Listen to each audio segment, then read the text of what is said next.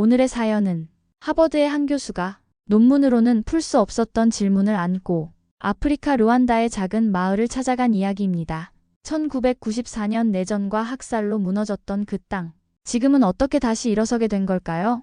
그 뿌리 깊은 회복의 과정에는 현지 사람들의 의지, 그리고 멀리서 조용히 힘을 보탠 작은 손길도 있었습니다. 오늘 그 밭에서 피어난 기적의 이야기를 함께 만나봅니다. 영상 시작하기 전 구독, 좋아요를 눌러주시면 더 좋은 영상으로 보답하겠습니다. 저는 하버드 국제개발연구소 박사연구원 엘리자베스 콜린스입니다.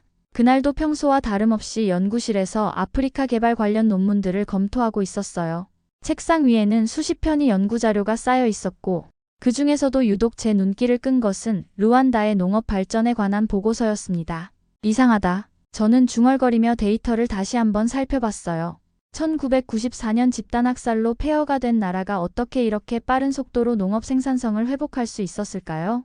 보고서에 따르면 채소 생산량이 2배 이상 증가했고, 옥수수 생산성도 놀라운 성장을 보였다고 나와 있었습니다. 제 손은 자연스럽게 커피잔으로 향했어요.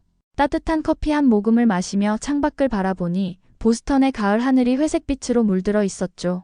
하지만 제 머릿속은 온통 르완다 생각뿐이었습니다. 다른 아프리카 국가들에 수십억 달러를 쏟아부어도 실패하는 개발 사업들이 수두룩한데 르완다는 왜 성공했을까? 단순히 정부 정책만으로는 설명이 안 돼. 저는 동료 연구원인 마이클에게 말했습니다. 분명 다른 요소가 있을 거야. 마이클이 제 어깨 너머로 보고서를 훑어보더니 고개를 끄덕였어요. 한국의 코이카가 관여했다는 내용도 있네. 흥미롭군. 그 순간 저는 결심했습니다. 답은 이 연구실의 논문 더미 속에 있지 않았어요. 진짜 답을 찾으려면 직접 르완다로 가야 했습니다. 그곳의 농민들을 만나고 밭을 직접 보고 무엇이 이런 기적을 만들어냈는지 확인해야 했죠. 저는 노트북을 열어 항공편을 검색하기 시작했습니다. 화면에 뜬 키갈리행 항공편 정보를 보며 가슴이 두근거렸어요. 이번 연구가 제 학자 인생에서 가장 중요한 발견으로 이어질 것 같은 예감이 들었거든요. 콜린스, 정말 가는 거야? 마이클이 놀란 표정으로 물었습니다. 그래, 답은 그곳에 있을 거야. 저는 확신에 찬 목소리로 대답했어요. 논문으로는 알 수 없는 무언가가 분명히 있을 거야. 하버드의 연구실을 떠나 르완다로 향하는 이 여행이 개발 원조에 대한 제 모든 인식을 바꿔놓을 줄은 그때만 해도 몰랐습니다. 키갈리 공항에 도착한 순간 저는 깊은 숨을 들이마셨습니다. 아프리카의 따뜻한 공기가 폐 속으로 스며들었지만 동시에 묘한 긴장감도 느껴졌어요. 이곳이 바로 30년 전 끔찍한 집단학살이 벌어진 그 땅이었거든요. 공항에서 나와 시내로 향하는 택시 안에서 저는 창밖 풍경을 유심히 관찰했습니다. 깨끗하게 정비된 도로와 현대적인 건물들이 눈에 들어왔지만 어딘가 모르게 조심스러운 분위기가 감돌았어요. 선생님은 어디서 오셨나요? 택시기사가 영어로 물었습니다. 미국에서 왔어요. 연구 때문에요. 저는 간단히 대답했죠. 기사는 고개를 끄덕이더니 조용히 말했어요. 많은 연구자들이 우리나라에 옵니다. 모두 궁금해하죠. 어떻게 이렇게 변할 수 있었는지. 호텔에 도착해 짐을 풀고 나서 저는 자료를 다시 펼쳐놓았습니다. 1994년 4월 6일 하바리마나 대통령의 비행기가 격추되면서 시작된 100일간의 지옥. 80만 명 이상이 목숨을 잃었고 200만 명이 난민이 되었어요. 국가 기반 시설은 완전히 파괴됐고 농업 시스템도 붕괴됐죠. 이런 상황에서 어떻게? 저는 중얼거리며 현재의 농업 생산량 데이터와 비교해봤습니다. 너무나 극명한 대조였어요. 다음 날 아침 저는 농업축산부 관계자와의 약속을 위해 나갔습니다. 길을 걸으며 주변을 둘러보니 곳곳에서 재건의 흔적들이 보였어요. 하지만 동시에 아직도 남아있는 상처의 흔적들도 눈에 띄었죠. 여기가 바로 그 기념관입니다. 가이드가 한 건물을 가리키며 말했어요. 키갈리 집단학살 기념관이었습니다. 저는 잠시 걸음을 멈추고 그 건물을 바라봤어요. 무거운 침묵이 흘렀습니다. 농업축산부에서 만난 공무원은 예상보다 젊었어요. 그는 저에게 현재 르완다의 농업 현황에 대해 자세히 설명해줬습니다. 우리는 1000개의 언덕의 나라라고 불립니다. 하지만 그 언덕들이 때로는 저주이기도 해요. 토양 침식이 심각한 문제거든요. 그가 지도를 펼치며 설명했습니다. 저는 메모하면서 물었어요. 그렇다면 어떻게 농업 생산성을 이렇게 높일 수 있었나요? 그것이 바로 우리가 국제 파트너들과 함께 이룬 성과입니다. 특히 한국의 코이카와의 협력이 큰 역할을 했죠. 한국이라는 단어가 나오자 저는 귀가 번쩍 섰습니다. 한국이요? 네, 한국은 우리와 비슷한 경험을 가진 나라입니다. 전쟁의 폐허에서 일어선 경험 말이에요. 그들의 새마을 운동 정신을 우리가 배웠어요. 그날 저녁 호텔 방에서 저는 오늘 들은 이야기들을 정리했습니다. 단순히 기술이나 자본만의 문제가 아니었어요. 여기에는 깊은 이해와 공감을 바탕으로 한 협력이 있었던 것 같았습니다. 창밖으로 보이는 키갈리의 야경을 바라보며 저는 내일 실제 농촌 지역을 방문할 계획을 세웠어요. 진짜 답은 그곳에 있을 것 같았거든요. 다음 날 아침 일찍 저는 차를 타고 키갈리에서 남쪽으로 2시간 거리에 있는 야마가베 지역으로 향했습니다. 구불구불한 언덕길을 따라 올라가니 계단식으로 개간된 농지들이 한눈에 들어왔어요. 정말 장관이었습니다. 저기가 코이카 프로젝트 지역입니다. 가이드가 넓게 펼쳐진 채소밭을 가리키며 말했어요. 초록빛 잎사귀들이 바람에 살랑거리는 모습이 마치 초록 물결 같았습니다. 밭에 도착하자마자 제 눈에 들어온 건 열심히 일하고 있는 여성 농민들이었어요. 남성들도 있었지만 여성들의 비율이 압도적으로 높았습니다. 이상했어요. 제가 알고 있던 아프리카의 전통적인 농업 구조와는 달랐거든요. 안녕하세요. 저는 한 여성에게 다가가 인사를 건넸습니다. 그녀는 30대 중반쯤 되어 보였고 능숙한 손놀림으로 토마토를 수확하고 있었어요. 안녕하세요. 저는 클레망틴입니다. 그녀가 밝은 미소를 지으며 대답했어요. 어디서 오셨나요?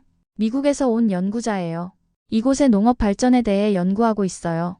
클레망틴의 눈이 반짝였습니다. 아, 정말 많이 달라졌어요. 예전에는 상상도 못했거든요. 저는 호기심이 생겨 더 자세히 물어봤어요. 어떤 점이 가장 달라졌나요? 일단 수확량이 완전히 달라졌어요. 예전에는 같은 땅에서 겨우 생계를 유지할 정도만 수확했는데 지금은 시장에 팔고도 남을 정도예요. 클레망틴이 자랑스럽게 말했습니다. 주변을 둘러보니 정말 놀라웠어요. 체계적으로 관리된 관계시설, 과학적으로 배치된 작물들, 그리고 무엇보다 농민들의 활기찬 표정이 인상적이었습니다. 여성들이 정말 많네요. 저는 솔직한 느낌을 말했어요. 우리나라에서는 여성이 농업의 중심이에요. 통계를 보면 여성의 77%가 농업에 종사하고 있거든요. 클레망틴이 설명했습니다. 특히 이 프로젝트를 통해서 우리 여성들의 역할이 더욱 중요해졌어요. 다른 여성 농민인 마리도 우리 대화에 끼어들었습니다. 예전에는 그냥 남편 일을 도와주는 정도였는데 지금은 우리가 주도적으로 농사를 지어요. 협동조합도 우리가 운영하고요. 저는 메모장을 꺼내 기록하기 시작했어요. 코이카 프로젝트가 구체적으로 어떤 도움을 줬나요? 가장 큰 변화는 기술 교육이었어요.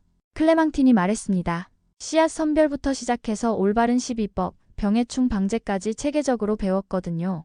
그리고 무엇보다 시장과 연결해줬어요. 시장과의 연결이요? 네, 예전에는 수확해도 어디에 팔지 몰라서 고민이었는데 이제는 정기적으로 거래할 수 있는 곳들이 생겼어요. 계약 재배도 하고요. 해가 기울어갈 무렵 저는 이 작은 마을의 변화를 실감할 수 있었습니다. 단순히 생산량만 늘어난 게 아니라 농민들, 특히 여성들의 삶의 질 자체가 달라진 것 같았어요. 이 밭은 우리 아이들의 희망이에요. 클레망틴이 저녁 노을을 바라보며 조용히 말했습니다. 이제는 아이들이 굶지 않아도 되고 학교도 보낼 수 있어요. 그 말을 들으며 저는 가슴이 뭉클해졌습니다. 이것이 바로 진정한 개발의 모습이구나 하는 생각이 들었어요. 다음 날 저는 코이카 르완다 사무소를 방문했습니다. 키갈리 시내의 한 빌딩에 자리 잡은 사무소는 생각보다 소박했어요. 하지만 벽에 걸린 다양한 프로젝트 사진들을 보니 이곳에서 얼마나 많은 일들이 이루어지고 있는지 알 수 있었습니다. 안녕하세요, 박지훈입니다. 프로젝트 매니저가 저를 반겨주었어요. 40대 초반의 그는 온화한 인상과 함께 열정적인 눈빛을 가지고 있었습니다. 하버드에서 오신 연구원님이시죠? 우리 프로젝트에 관심을 가져주셔서 감사합니다. 저는 바로 본론으로 들어갔어요. 어떻게 이런 놀라운 성과를 낼 수 있었나요? 다른 개발 프로젝트들과 뭐가 달랐던 건가요? 박지훈 씨가 잠시 생각하더니 말했습니다. 우리는 단순히 기술이나 자금만 제공한 게 아니에요. 함께 했어요. 함께 했다는 게 어떤 의미인가요? 한국도 전쟁의 폐허에서 시작했잖아요. 1950년대 우리나라는 지금의 르완다와 비슷한 상황이었어요. 그래서 르완다 농민들의 마음을 이해할 수 있었죠. 그는 벽에 걸린 한 장의 사진을 가리켰습니다. 한국인 전문가가 르완다 농민들과 함께 밭에서 일하는 모습이었어요. 새마을 운동의 핵심은 자조, 자립, 협동 정신이에요. 우리는 이 정신을 르완다에 맞게 적용했습니다. 르완다 농민들이 스스로 일어설 수 있도록 도왔을 뿐이에요. 저는 궁금해졌어요. 구체적으로 어떤 방식이었나요? 우선 현지 상황을 철저히 파악했어요. 르완다의 지형, 기후, 토양 조건을 분석하고 농민들의 실제 필요를 들었습니다. 그리고 일방적으로 기술을 전수하는 게 아니라 농민들과 함께 해결책을 찾아갔어요. 박지훈 씨는 또 다른 자료를 보여주며 설명을 이어갔습니다. RCSP 프로젝트를 통해 5년간 9,595명의 농민을 교육했는데 그중 37%가 여성이었어요. 그리고 단순히 농업 기술만 가르친 게 아니라 협동조합 운영, 재정 관리, 마케팅까지 포괄적으로 교육했죠. 성과는 어땠나요? 채소 생산성이 기존 5,665톤 헥타르에서 1만 1,929톤 헥타르로 2배 이상 증가했어요. 옥수수도 1,653톤에서 3,430톤으로 늘었고요. 그의 목소리에는 자부심이 묻어났습니다. 저는 놀라서 다시 한번 확인했어요. 정말 2배 이상이요? 네, 하지만 더 중요한 건 농민들의 삶이 바뀐 거예요. 단순히 숫자의 변화가 아니라 희망을 갖게 된 거죠. 그때 사무소 직원 하나가 차를 가져다 주며 말했습니다. 내일 농촌 현장 방문하시는 거죠? 농민들이 박 매니저님을 아버지처럼 따라요. 박지훈 씨가 쑥스럽게 웃으며 말했어요. 저희는 기술을 전한 게 아닙니다. 이 밭을 함께 일군 친구가 된 겁니다. 그 말을 듣는 순간 저는 가슴이 뭉클해졌습니다. 이것이 바로 진정한 국제협력의 모습이구나 하는 생각이 들었어요. 단순히 도움을 주고받는 관계가 아니라 진정한 파트너십을 구축한 것이었죠. 한국의 새마을운동 정신이 여기서 꽃피웠네요. 저는 감탄하며 말했습니다. 그렇다고 할 수 있겠네요. 하지만 이건 한국만의 성과가 아니에요. 루안다 농민들의 노력과 열정이 있었기에 가능했던 거죠. 그날 저녁 호텔로 돌아가는 길에 저는 깊은 생각에 잠겼습니다. 진정한 개발협력이란 이런 것이구나. 함께 꿈꾸고 함께 땀 흘리고 함께 성과를 나누는 것. 호텔 방으로 돌아온 저는 노트북을 열고 지금까지 수집한 데이터들을 정리하기 시작했습니다. 연구자로서 감정에만 의존할 수는 없었어요. 객관적인 수치로 이 변화를 검증해야 했죠. 화면에 나타난 숫자들은 정말 놀라웠습니다. 코이카의 RCSP 프로젝트 데이터를 보니 채소 생산성이 5,665톤 헥타르에서 1만 1,929톤 헥타르로 증가했다고 나와 있었어요. 이는 무려 110% 증가한 수치였습니다. 이게 정말 맞나? 저는 몇 번이고 다시 확인했어요. 옥수수 생산성도 1,653톤에서 3,430톤으로 107% 증가했고 쌀 생산량도 4,475톤에서 5,475톤으로 상당한 향상을 보였습니다. 더 흥미로운 건 카사바였어요. 1만 2,247톤에서 1만 5,911톤으로 약 30% 증가했는데 이는 상대적으로 적어 보일 수 있지만 카사바의 안정적인 특성을 고려하면 상당한 발전이었죠. 저는 계산기를 꺼내 더 자세히 분석해 봤습니다. 평균적으로 주요 작물의 생산성이 60% 이상 향상된 셈이었어요. 이런 수치는 아프리카 농업개발 역사상 매우 드문 성과였습니다. 하지만 진짜 중요한 건 이게 아니야. 저는 중얼거리며 다른 데이터를 찾아봤어요. 여성 농업 참여 현황 자료였습니다. 루안다 전체적으로 여성의 77%가 농업에 종사하고 있다는 최신 인구조사 결과가 나와 있었어요. 남성은 58%였으니 여성이 농업의 주역이라는 게 명확했습니다. 이는 전통적인 아프리카 농업 구조와는 완전히 다른 모습이었죠. 코이카 프로젝트에서도 9,595명의 교육 대상자 중 37%가 여성이었어요.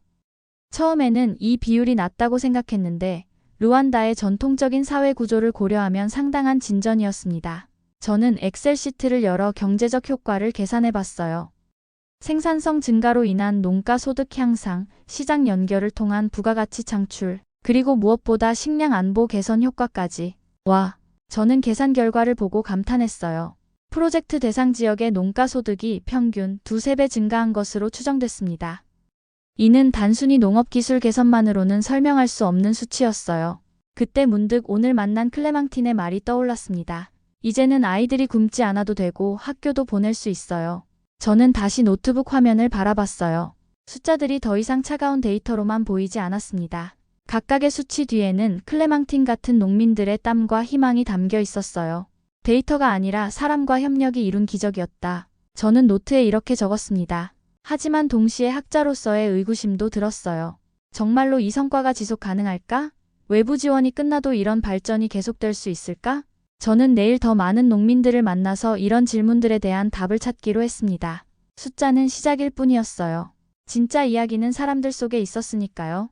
창밖으로 보이는 키갈리의 야경을 바라보며 저는 루안다의 농업혁명이 단순한 기술 이전이 아님을 확신했습니다. 이건 인간과 인간 사이의 진정한 연대가 만들어낸 기적이었어요. 다음 날 아침 저는 야마가베 지역의 다른 마을을 방문했습니다. 어제와는 다른 협동조합이었는데 이곳에서 저는 르완다의 또 다른 면을 발견할 수 있었어요. 안녕하세요. 저는 장 피에르입니다. 50대 중반의 남성이 저를 맞이했습니다. 그의 얼굴에는 깊은 주름이 있었지만 눈빛은 평화로워 보였어요. 옆에 계신 분은요? 저는 그 옆에서 함께 토마토를 수확하고 있던 여성에게 물었습니다. 제 이름은 이멜다예요. 여성이 수줍게 미소 지으며 대답했습니다. 우리는 같은 협동조합 멤버예요. 처음에는 평범한 농업협동조합의 모습으로 보였어요. 하지만 가이드가 조용히 저에게 귀띔해준 이야기는 충격적이었습니다. 장 피에르 씨는 후투족이고 이멜다 씨는 투치족입니다. 1994년에는 서로 적이었을 수도 있었던 사람들이에요. 저는 순간 말문이 막혔습니다. 30년 전 이들의 민족은 서로를 죽이고 죽였던 사이였는데 지금은 같은 밭에서 함께 일하고 있다니. 실례지만 저는 조심스럽게 물어봤어요. 1994년 그때는 어디 계셨나요? 장 피에르의 표정이 잠시 어두워졌습니다. 저는 우간다로 피난을 갔었어요. 가족을 잃었죠. 이멜다도 고개를 숙였어요. 저도 많은 것을 잃었습니다. 형제들을. 무거운 침묵이 흘렀습니다. 저는 어떤 말을 해야 할지 몰랐어요. 그때 장 피에르가 먼저 입을 열었습니다. 하지만 이제는 다릅니다. 이 밭이 우리를 다시 이웃으로 만들었어요. 어떻게 그럴 수 있었나요? 저는 정말 궁금했어요. 이멜다가 대답했습니다. 처음에는 어색했어요. 서로를 믿지 못했죠. 하지만 코이카 프로젝트를 통해 함께 교육받고 함께 밭을 일구면서 달라졌어요. 함께 땀을 흘리니까 서로가 그냥 사람이라는 걸 알게 됐어요. 장 피에르가 덧붙였습니다. 과거는 바꿀 수 없지만 미래는 우리가 만들어가는 거니까요. 저는 이들이 함께 일하는 모습을 지켜봤어요. 서로 도우며 작업하는 모습에서 어떤 연대감이 느껴졌습니다. 이것이 바로 진정한 화해의 모습이구나 싶었어요. 협동조합에서는 과거에 대해 이야기하나요? 저는 물었습니다. 가끔요. 이멜다가 답했어요. 하지만 복수나 원망을 이야기하는 게 아니라 어떻게 하면 우리 아이들이 더 나은 미래를 살 수 있을지를 이야기해요. 그들은 저에게 협동조합 창고를 보여줬습니다. 깔끔하게 정리된 농기구들과 수확한 채소들이 있었어요. 벽에는 협동조합 규칙이 적혀 있었는데 그중 하나가 눈에 띄었습니다. 서로 존중하고 과거를 묻지 않는다. 이 규칙을 만든 이유가 있나요? 저는 물었어요. 장 피에르가 말했습니다. 우리는 모두 르완다 사람이에요. 과거에 무슨 일이 있었든 지금은 함께 살아가야 하는 이웃이죠. 이 밭에서는 투치도 후투도 없어요. 그냥 농부일 뿐이에요. 해질 무렵 저는 이들과 함께 차를 마시며 더 깊은 이야기를 나눴습니다. 처음에는 한국 사람들이 왜 우리를 도와주려고 하는지 이해할 수 없었어요. 이멜다가 말했어요. 하지만 나중에 알았죠. 그들도 전쟁을 겪었고 가난을 겪었다는 걸요. 그래서 우리 마음을 이해할 수 있었던 거예요. 한국의 새마을 운동 이야기를 들었을 때 우리도 할 수 있겠다는 생각이 들었어요. 장 피에르가 덧붙였습니다. 그들이 폐허에서 일어선 것처럼 우리도 일어설 수 있다고 믿게 됐어요. 저는 이들의 이야기를 들으며 가슴이 벅차올랐습니다. 단순히 농업 기술을 배운 게 아니라 희망을 배운 거였어요. 그리고 그 희망이 과거의 상처를 치유하는 힘이 된 것 같았습니다. 이 밭은 우리에게 새로운 시작이에요. 이멘다가 저녁 노을을 바라보며 말했습니다. 과거의 아픔을 땅에 묻고 새로운 희망을 키우는 곳이에요. 그날 밤 호텔로 돌아가는 길에 저는 깊은 감동을 느꼈습니다. 농업 개발이 단순히 경제적 효과만 가져오는 게 아니라 사회적 치유와 화해의 역할도 할 수 있다는 걸 직접 목격했으니까요. 보스턴으로 돌아온 지 한 달 후 저는 하버드 연구팀과 함께 르완다에서 수집한 데이터를 분석하고 있었습니다. 연구실 화이트보드에는 복잡한 수식과 그래프들이 가득했어요. 콜린스, 이 수치들이 정말 맞는 거야? 동료 연구원 마이클이 놀란 표정으로 물었습니다. 채소 생산성이 2배 이상 증가했다고? 맞아요. 현지에서 직접 확인했어요. 저는 확신에 찬 목소리로 대답했습니다. 하지만 더 중요한 건 이 숫자들 뒤에 숨겨진 이야기예요. 저는 팀원들에게 르완다에서 만난 사람들의 이야기를 들려줬어요. 클레망틴의 희망찬 미소, 장 피에르와 이멜다의 화해, 그리고 박지훈 매니저의 진심 어린 협력 정신까지. 이건 단순한 농업 개발 프로젝트가 아니에요. 저는 열정적으로 설명했습니다. 이건 인간과 인간 사이의 진정한 연대가 만들어낸 기적이에요. 팀장인 프로페서 윌슨이 고개를 끄덕였어요. 흥미롭군. 이 연구 결과를 국제학회에 발표해보는 게 어떨까? 몇 주 후 저는 워싱턴 DC에서 열린 국제개발학회에서 연구 결과를 발표했습니다. 대형 컨퍼런스홀에는 세계 각국의 개발 전문가들이 모여 있었어요. 르완다의 농업 혁신 기술 이전을 넘어선 인간 중심 개발의 성공 사례라는 제목으로 발표를 시작했습니다. 1994년 집단학살의 폐허에서 시작된 르완다가 어떻게 농업 분야에서 놀라운 성과를 달성할 수 있었는지 말씀드리겠습니다. 저는 PPT를 넘기며 수치들을 보여줬어요. 채소 생산성 110% 증가, 옥수수 107% 증가, 그리고 여성 농업 참여율 77%라는 놀라운 수치들. 하지만 이 숫자들보다 더 중요한 것은 저는 잠시 멈춰서 청중들을 바라봤어요. 바로 사람과 사람 사이의 진정한 파트너십입니다. 저는 한국의 코이카가 어떻게 새마을운동 정신을 바탕으로 르완다 농민들과 진정한 협력 관계를 구축했는지 설명했습니다. 일방적인 원조가 아니라 상호 이해와 존중을 바탕으로 한 동반자 관계였다고요. 청중석에서 손이 올라갔어요. 구체적으로 어떤 점이 다른 개발 프로젝트와 달랐나요? 3가지입니다. 저는 자신 있게 답했어요. 첫째, 현지 상황에 대한 깊은 이해. 둘째, 농민들을 수혜자가 아닌 파트너로 대한 것. 셋째, 단순한 기술 이전이 아닌 정신적 동기부여까지 포함한 포괄적 접근입니다. 또 다른 질문이 이어졌어요. 이런 성과가 지속 가능할까요? 현지에서 확인한 바로는 매우 긍정적입니다. 농민들이 스스로 협동조합을 운영하고 기술을 다른 지역으로 전파하고 있어요. 이미 자립적인 체계를 갖췄다고 볼 수 있습니다. 발표가 끝나자 큰 박수가 터져나왔어요. 여러 전문가들이 저에게 다가와 더 자세한 이야기를 듣고 싶다고 했습니다. 세계은행의 아프리카 담당 국장도 관심을 보였어요. 이 사례를 다른 아프리카 국가에도 적용할 수 있을까요? 충분히 가능하다고 생각합니다. 하지만 중요한 건 형식을 복사하는 게 아니라 그 정신을 이해하는 것이에요. 진정한 파트너십과 상호 존중 말입니다. UN 개발 프로그램 관계자도 와서 말했어요. 이 연구 결과를 UN 보고서에 포함시키고 싶습니다. 내전과 가난의 땅에 씨앗을 뿌려 화해와 성장을 일군 르완다. 그리고 그 곁에 작은 한국의 손길이라는 제목으로요. 그날 저녁 호텔 방에서 저는 오늘의 성과를 정리했어요. 르완다의 이야기가 세계로 전해지고 있었습니다. 단순한 성공 사례가 아니라 진정한 국제협력의 모델로서 말이에요. 창밖으로 보이는 워싱턴의 야경을 바라보며 저는 클레망틴과 장 피에르 이멜다 그리고 박지훈 매니저의 얼굴을 떠올렸습니다. 그들의 이야기가 이제 전 세계에 희망의 메시지로 전해지고 있다니 정말 감격스러웠어요.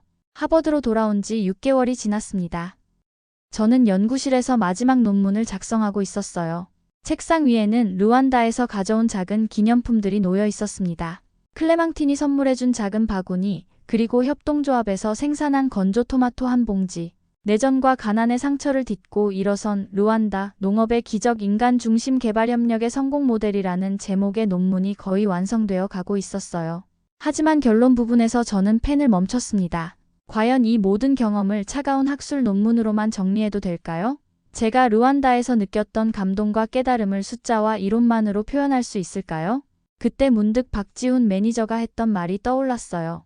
저희는 기술을 전한 게 아닙니다. 이 밭을 함께 일군 친구가 된 겁니다. 저는 키보드에 손을 올리고 마지막 문단을 쓰기 시작했습니다.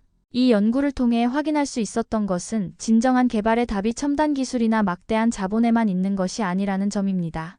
가장 중요한 것은 사람과 사람 사이의 신뢰와 협력, 그리고 서로를 향한 진심이었습니다.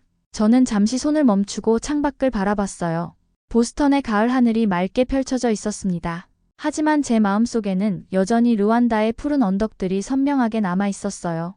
한국의 코이카가 르완다에서 보여준 것은 단순한 원조를 넘어선 진정한 동반자 관계였습니다. 같은 아픔을 겪었기에 서로를 이해할 수 있었고 그 이해를 바탕으로 진정한 협력이 가능했던 것입니다. 제 핸드폰이 울렸어요. 르완다에서 온 메시지였습니다. 클레망틴이 보낸 사진이었어요. 새로 수확한 토마토들을 들고 환하게 웃고 있는 모습이었습니다. 사진 아래에는 간단한 메시지가 있었어요. 콜린스 선생님, 올해도 대풍작이에요. 감사합니다. 저는 미소를 지으며 논문 작성을 계속했습니다. 통계적으로 보면 채소 생산성 110% 증가, 옥수수 생산성 107% 증가라는 수치로 요약할 수 있습니다. 하지만 이 숫자들 뒤에는 희망을 되찾은 농민들의 이야기가 있습니다. 과거의 상처를 치유하고 새로운 미래를 꿈꾸게 된 사람들의 이야기가 있습니다. 저는 장 피에르와 이멜다의 화해 이야기도 논문에 포함시켰어요. 농업 개발이 단순히 경제적 효과만 가져오는 게 아니라 사회적 치유와 화해에도 기여할 수 있다는 점을 강조하고 싶었거든요. 가장 인상 깊었던 것은 과거 적대 관계였을 수도 있는 서로 다른 민족의 농민들이 같은 밭에서 함께 일하며 진정한 이웃이 되어가는 모습이었습니다. 이것이야말로 개발협력이 추구해야 할 진정한 목표가 아닐까 합니다. 해가 기울어갈 무렵 저는 마침내 논문의 마지막 문장을 완성했습니다. 결론적으로 루안다 농업 발전의 성공 요인은 기술이나 자본이 아닌 인간에 대한 신뢰와 존중, 그리고 진정한 동반자 정신에 있었습니다. 최고의 해답은 데이터가 아니라 루안다의 밭과 한국의 진심 속에 있었습니다. 저는 노트북을 닫고 창밖을 바라봤어요. 이제 이 연구는 끝났지만 루안다에서 배운 교훈은 제 평생의 자산이 될 것 같았습니다. 며칠 후 논문이 발표되자 학계에서 큰 반향을 일으켰어요. 하지만 저에게 가장 의미 있었던 것은 루안다에서 온 감사 인사였습니다. 박지훈 매니저가 보낸 이메일에는 이렇게 적혀 있었어요. 콜린스 박사님, 우리의 이야기를 세상에 알려주셔서 감사합니다. 이제 더 많은 사람들이 진정한 국제협력이 무엇인지 알게 될 것 같습니다. 저는 그 이메일을 읽으며 뿌듯함을 느꼈어요. 학자로서 연구 성과를 인정받는 것도 중요하지만 제가 만난 사람들의 이야기가 세상에 제대로 전해진 것이 더 의미 있었거든요. 그날 저녁 저는 연구실에서 루안다를 바라보며 조용히 다짐했습니다. 앞으로도 이런 따뜻한 이야기들을 찾아서 세상에 알리는 연구자가 되겠다고. 내전의 상처 위에 뿌리 내린 희망, 작은 씨앗이 세상을 바꾼다는 믿음을 가지고 말이에요.